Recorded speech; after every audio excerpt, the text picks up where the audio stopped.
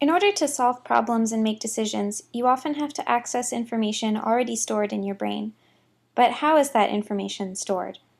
There are a lot of possibilities, but the one we're going to focus on in this video is the semantic network approach, which argues that concepts are organized in your mind in terms of connected ideas.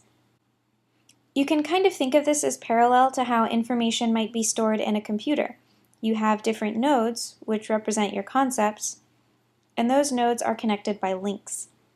Depending on how connected the nodes are, the links might be shorter for closely related ideas, or longer for less related ideas. Let me show you an example to make this a little more concrete. The first semantic network model was hierarchical, meaning that they thought concepts were organized from higher order categories down to lower order categories in their exemplars. So let's start with a general category, animal. So that's this node here. Animal might be linked to other nodes, such as bird or fish. And bird might be further linked to canary, bluebird, or more distantly, ostrich. Ostrich is probably not the first thing you think of when you think of a bird, so that's why its link is longer. But simple labels aren't the only type of knowledge that we store. We can store characteristics and properties of concepts at each node. According to the principle of cognitive economy, we store these properties at the highest possible node. For example, then, instead of storing can breathe at each animal's node, we store that property just at the animal node. More specific characteristics, such as sings or long legs, would be stored at lower level nodes. One pretty interesting piece of supporting evidence for this type of hierarchical organization comes from how long it takes people to verify certain statements. In this kind of test, you say a statement and ask people to tell you if it's true or not. As you can imagine, people verify a canary is a canary pretty quickly.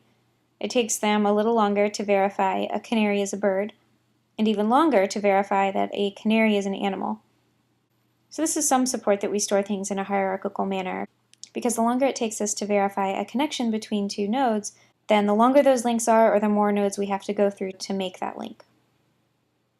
However, this isn't true for all types of animals, or even all types of categories. For example, people tend to verify that a pig is an animal faster than a pig is a mammal.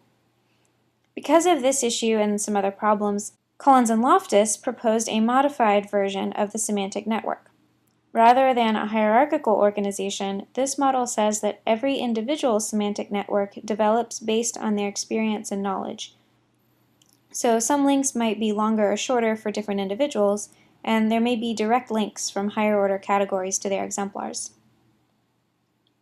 One pretty cool thing about semantic networks is that it means all the ideas in your head are connected together.